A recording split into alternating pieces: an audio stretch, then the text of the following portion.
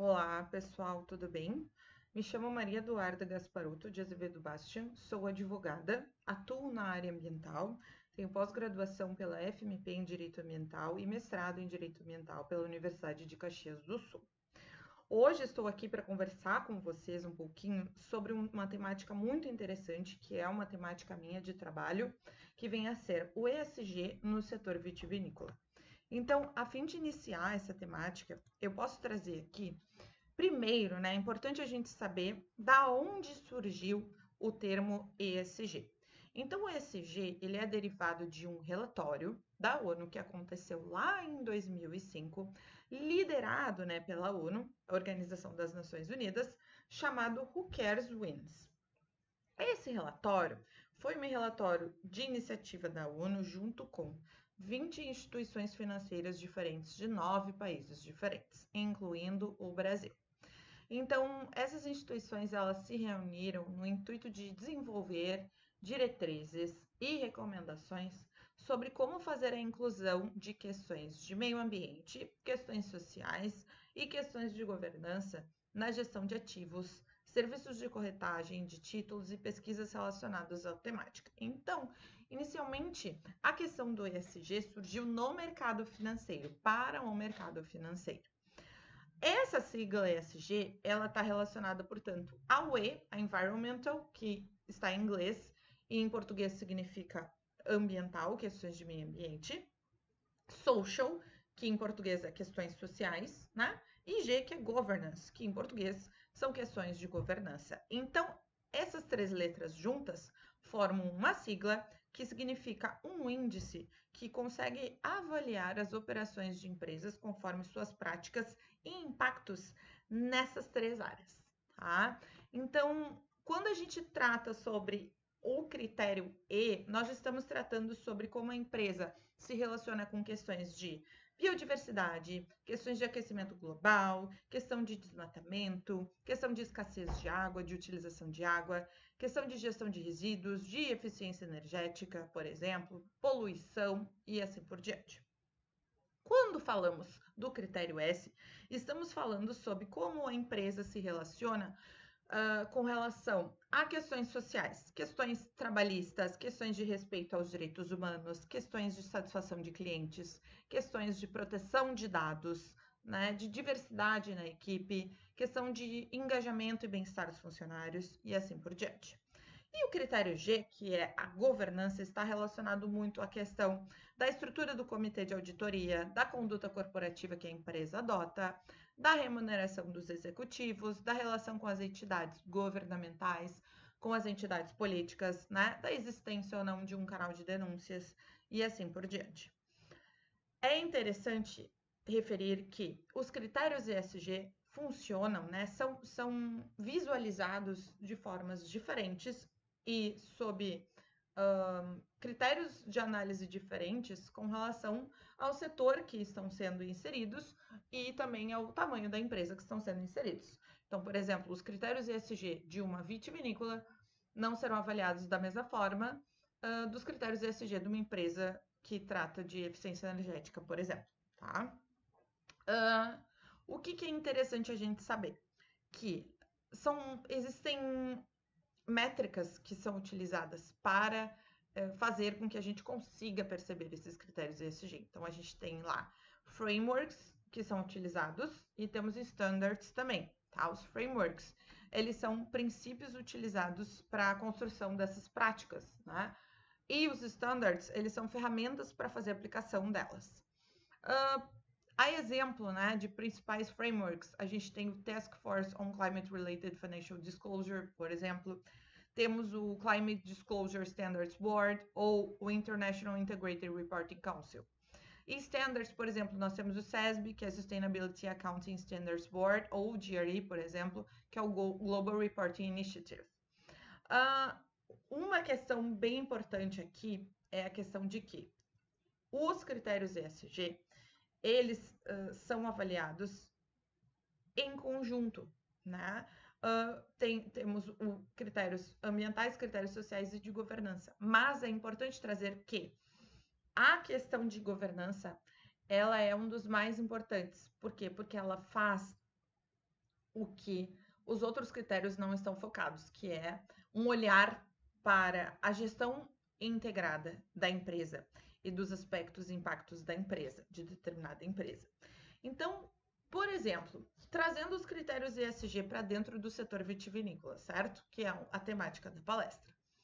Vamos falar do critério G na vitivinícola. Por que, que o critério de governança é tão importante numa empresa vitivinícola? O critério G, né? Porque ele faz toda uma questão de gestão da situação, gestão da empresa. Então, podemos falar aqui, por exemplo, dentro do G, da criação de um comitê de crise numa empresa vitivinícola. Então, serão contratados diferentes profissionais de diferentes áreas, né, para serem inseridos em áreas estratégicas de uma empresa, pensando-se sempre em alinhar discursos de posicionamento de marca de uma vinícola, tomando-se muito cuidado, né, com a questão da forma de comunicação que essa empresa adota com o seu público, com relação também à sua comunicação com os seus stakeholders, né, tanto internos quanto externos.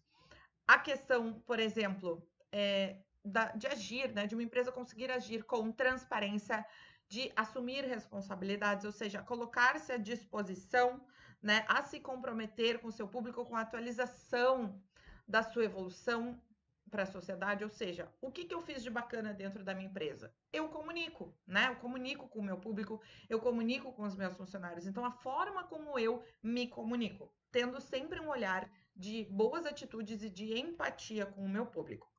A questão, por exemplo, né, de responder às mídias, né, através de um canal de relacionamento, a questão de realizar gestão de riscos quando vão se contratar terceirizados, isso é muito importante para que a empresa não tenha o seu nome prejudicado no mercado, fazer toda uma gestão integrada, por exemplo, da sua comunicação, por exemplo, na parte ambiental, o que a empresa está fazendo na parte ambiental, o que a empresa está fazendo na parte social. Então, o G é um dos mais importantes, certo?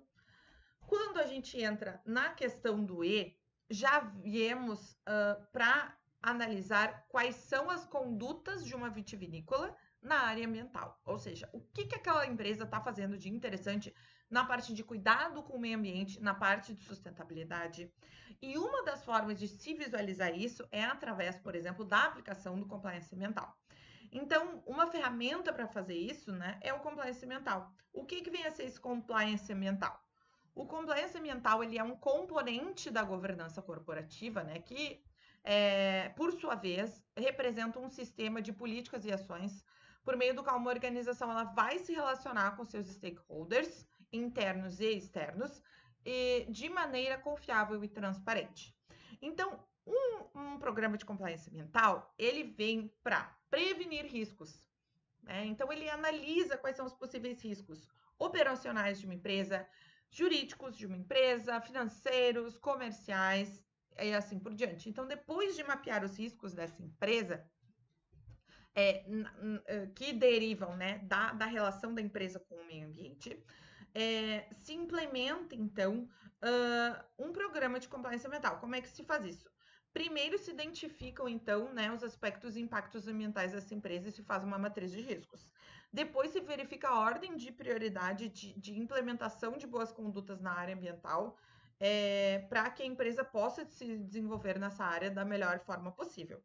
E fica se aplicando esse programa ciclicamente. Então, ciclicamente vai se querendo, se buscando resolver passivos da empresa dentro, né, dessa temática do meio ambiente. Sempre para isso se faz relatórios das atividades que foram feitas, né? Do que foi feito de conformidade, do que ainda falta ser feito, para que se consiga visualizar o que a empresa já melhorou na parte ambiental e o que ela ainda pode melhorar na parte ambiental, né? Então, a ferramenta do compliance ambiental é importante dentro de uma vitivinícola para, né, a questão da implementação do E, porque auxilia muito a entender quais são as condutas que a empresa já adotou, quais são as condutas que a empresa ainda deve adotar e, portanto, o que ela precisa melhorar e se aprimorar, né, na questão do meio ambiente. O que acontece, né, gente? A realização, por exemplo, de um plano de compliance ambiental dentro da empresa faz surgir, além de conformidades, boas práticas na parte ambiental. E quando eu falo, né, de boas práticas, eu estou falando do quê? Por exemplo, eu estou falando de uma criação, por exemplo, de código de conduta ambiental para a empresa, ou ainda eu posso estar falando, né, da utilização de embalagens sustentáveis, ou seja, reutilizáveis, né, dentro de um setor vitivinícola. Eu posso estar falando da criação de projetos de preservação dentro da própria área da metragem ali aonde a empresa está inserida. Eu posso falar ainda da questão de realizar um estudo, por exemplo, ou um projeto que esteja atento para o cuidado de descarte correto de efluentes. Que isso, gente, apesar de estar na lei, existem muitas empresas no setor vitivinícola que, principalmente as menores de pequeno porte, né, que não fazem esse olhar, que não têm esse olhar do descarte correto de efluentes. E isso é primordial para que a empresa não acaba poluindo, né, as águas que estão ao seu entorno, as águas que elas utilizam e que o público que ela possui, né, e que os seus funcionários e que as pessoas que habitam ali no entorno utilizam. Então a empresa precisa ter esse cuidado.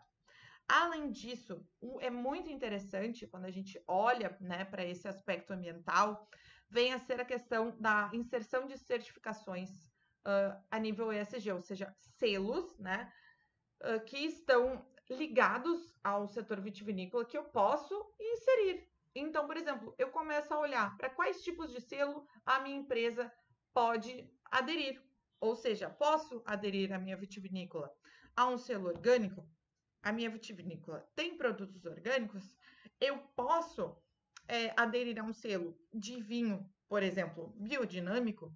Eu posso fazer isso? Eu consigo fazer isso? Eu posso aderir a um selo de embalagens consideradas recicladas ou não? Então, tudo isso pode ser avaliado dentro do critério do E, ou seja, não é só adequação à legislação. A gente consegue também, através de um plano de compliance ambiental, visualizar condutas de boas práticas que eu posso implementar dentro do setor vitivinícola. E isso fortalece a minha empresa, fortalece a visão da minha empresa perante o mercado, perante o meu público, e me torna cada vez melhor e mais forte no sentido da sustentabilidade, né? Eu começo a olhar para várias possibilidades dentro da minha cadeia produtiva que eu posso implementar com relação ao meio ambiente, fazendo com que cada vez mais eu me torne uma empresa considerada uma empresa que olha para os aspectos do meio ambiente, que cuida da questão da sustentabilidade e mais, procura sempre fazer com que as suas condutas inteiras da cadeia produtiva, todas elas, estejam alinhadas com questões de sustentabilidade. Outra questão interessante é, por exemplo, condutas que merecem um olhar, né? A questão do descarte de resíduos que existe dentro da vitivinícola, entre outras questões.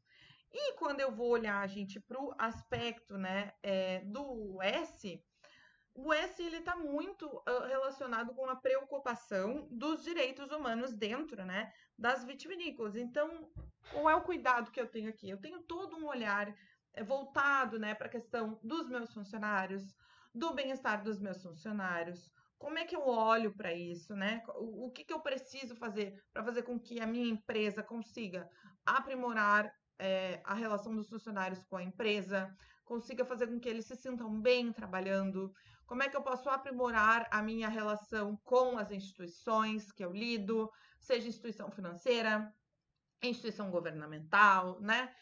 Instituição política. Então, através de um programa de compliance também nessa área do social, a gente também consegue visualizar dentro, né, da questão do S diversas condutas que, além de estar em conformidade com a legislação, podem ser aplicadas para melhorar a relação da empresa, da vitivinícola, com a sociedade, né?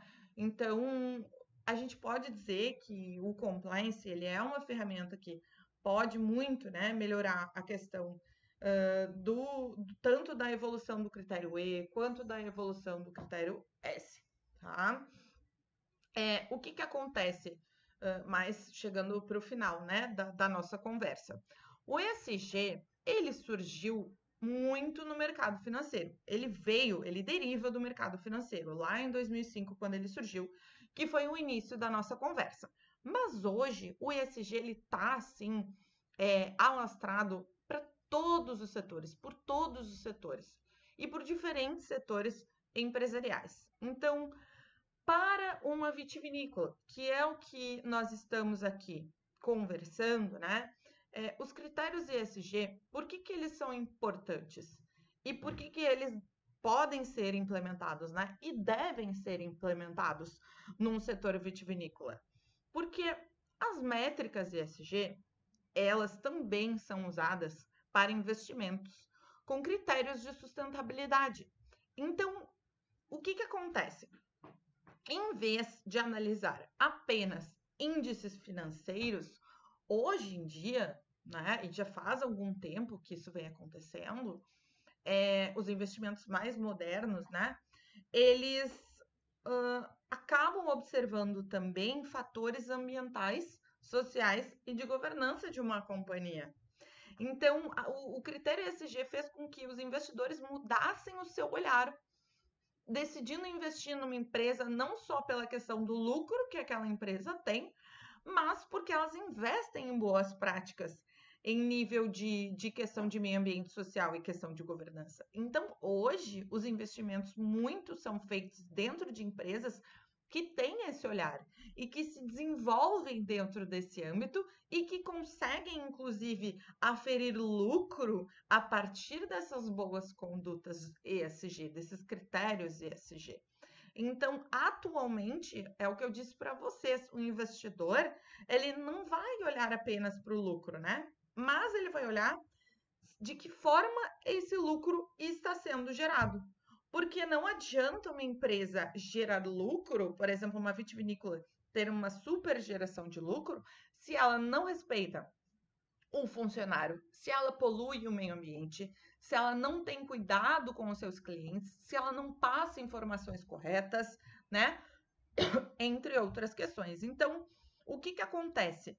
Essas práticas ESG, elas vêm recebendo uma atenção no setor vitivinícola, não a nível somente, por exemplo, do Rio Grande do Sul, Vale dos Vinhedos, ou a nível regional, América Latina, mas os critérios ESG eles já são percebidos a nível mundial. Vocês podem até, se fizerem, se a gente ficar aqui conversando mais tempo, né? Existem muitas vitivinícolas pelo mundo que são muito desenvolvidas nos critérios ESG. Muito, principalmente no critério E, que são completamente sustentáveis já. Então, essas práticas, né, elas estão diretamente associadas a bons investimentos numa vitivinícola, a bons negócios, né? E também, em consequência, fazem com que exista uma manutenção a longo prazo de uma empresa, quando ocorre esse olhar, né? Quando ocorrem essas boas práticas e, em consequência, quando ocorrem bons investimentos, porque existe esse olhar para essa empresa, né? Esse olhar dos critérios ESG. Então, os critérios ESG, dentro do setor vitivinícola, eles fazem, além de melhorar condutas da empresa, né, de fazer implementação de boas práticas no âmbito E, no âmbito S e no G, também faz com que uma empresa se mantenha a longo prazo, faz com que a visão de mercado dela, o valor de mercado dela aumente perante a sociedade, as boas práticas dela sejam cada vez melhores, colaborando com o seu entorno, com a questão social e ambiental da onde aquela empresa está inserida, né?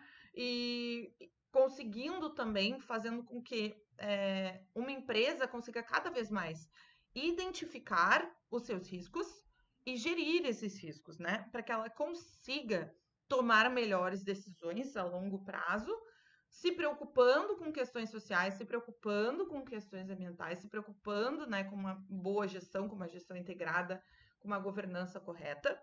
E isso automaticamente faz com que ela seja uma empresa, né, que tenha boa visualização de mercado e, em consequência, faz com que investimentos maiores sejam feitos nessa empresa, né, na empresa vitivinícola. Então, por isso, a importância do ESG aplicado no setor vitivinícola. Me despeço de vocês, então, né? Com essa conversa que nós tivemos. Fico à disposição de todos. O meu e-mail é megasparoto com 2Ts, @gmail.com. Podem entrar em contato, que será um prazer. Muito obrigada pela participação e por visualizarem aqui a minha palestra nesse evento grandioso. Um abraço, pessoal!